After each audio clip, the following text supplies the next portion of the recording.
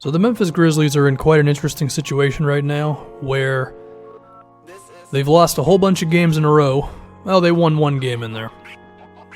But it's been bad since Mike Conley got hurt.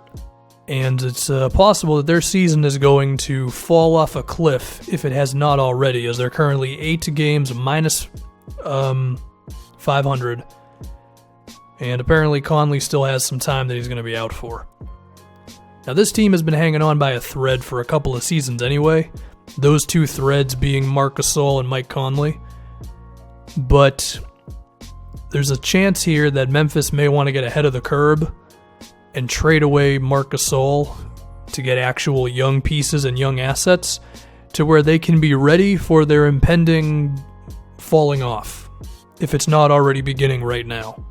Now, is there a percentage of chance that if Mike Conley comes back, that him and Marc Gasol can carry these guys to some crazy streak in the Western Conference to where they could, I don't know, fight and claw their way to the 6th seed or something?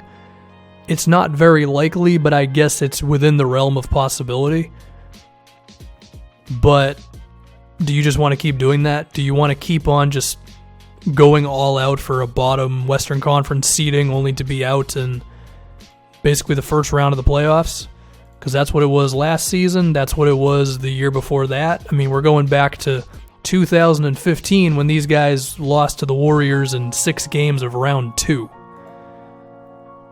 And the other complication that arises with this for Memphis, and why it would not be the best idea for them to hang on to what they're doing, number one is just, of course, at this point, just bottom out. Get your draft picks and go on from there.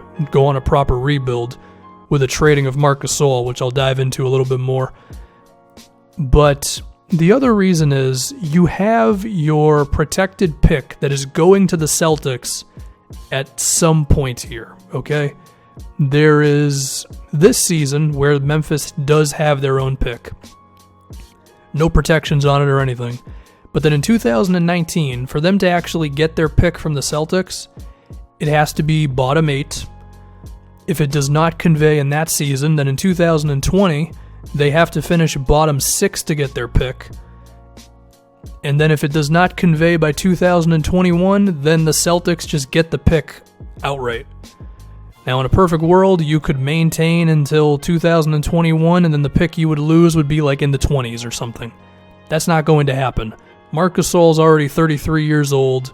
You're not a good team, and you're going to have to get yourself some draft picks because there's a very safe bet that you are going to lose one of your future picks. As to where it is, I don't know. I mean, maybe they could finish with the 9th overall pick in 2019, which means they would lose it.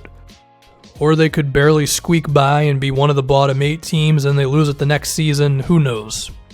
But you're going to lose one of your first round picks between 2019 and 2021.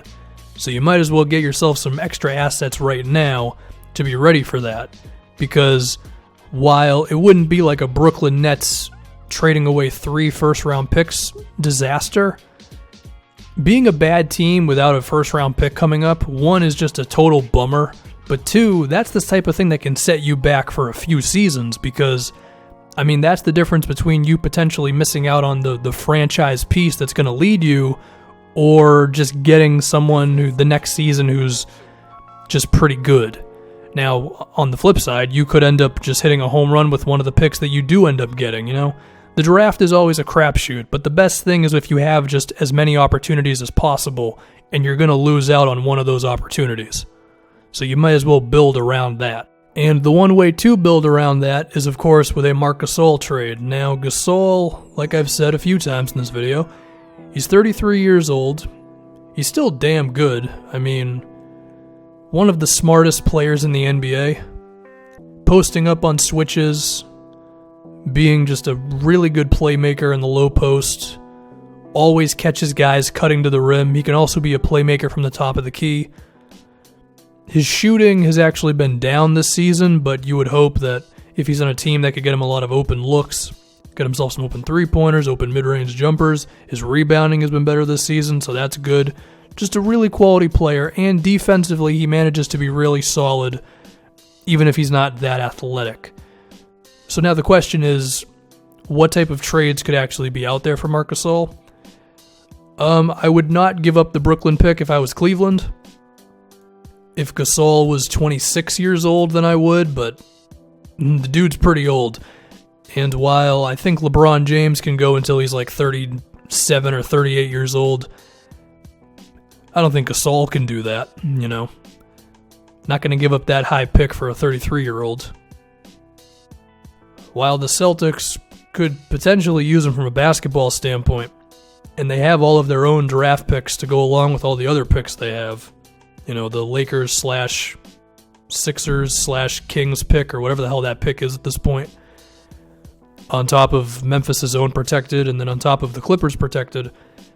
But they don't have the salaries to make it work. The Celtics don't have any, like, $20 million guys who are bad players. So that one's probably out. For the Grizzlies, well, there's still Jonas Valanciunas. Or for the Raptors, there's Jonas Valanciunas. I mean, he's making about $15 million. I'd rather have Marc Gasol than him. The problem there is Toronto doesn't exactly have a plethora of first-round picks moving forward. They have quite a few young dudes with OG Anunoby. There's Norman Powell, Jakob Poeltl. Basically all of the guys that I talked about when I did the DeAndre Jordan video for them. I mean, if you have to give up like too many of those guys in order to get Gasol, then you might just be trading away all of your young dudes so you can lose to the Cavs. Or if you potentially beat the Cavs just to get beat by the Warriors. You know, do you really want to do all that? I feel like if you're going to trade away some young dudes, then you would like to believe that you're going to be in title contention for a few seasons. And then at that point, you're dealing with like 31 to 32-year-old Kyle Lowry. Gasol's 33, you know. Might be a little too old for that sort of thing. Now, I have seen the Trailblazers in some potential things. Evan Turner's contract being at the hub of any move there. I mean, Turner's contract sucks. So if you were the Grizzlies, you would want to get some real stuff around that in a trade for Gasol. I've seen Jusuf Nurkic. That one could be interesting. I think Nurkic, I don't want to say he's been disappointing, but I think he's been pretty normal this season for the Blazers. I would consider him to still be an above-average NBA center, sure, although his struggling to finish around the basket is kind of abnormal, given how good he is. Like, this season, Nurkic is shooting just barely over 60% at the basket. Last season, he actually shot under 60% at the rim. But overall, I mean, he's a talented enough offensive player, good mid-range shooter. Well, maybe not good, but if you leave him wide open, it could go in. But I don't think Nurkic excites me that much if I'm Memphis. It's not like I'm getting the next Marc Gasol in a move like that one, you know? Now, the Blazers do have all of their own picks moving forward, which is nice, but it doesn't allow you to throw a lot of extra stuff in there, because I have to imagine they wouldn't want to move more than probably just one first. I think 2 first-round picks for a 33-year-old might be a little too much, especially when you're the Blazers, who are just swamped with salary.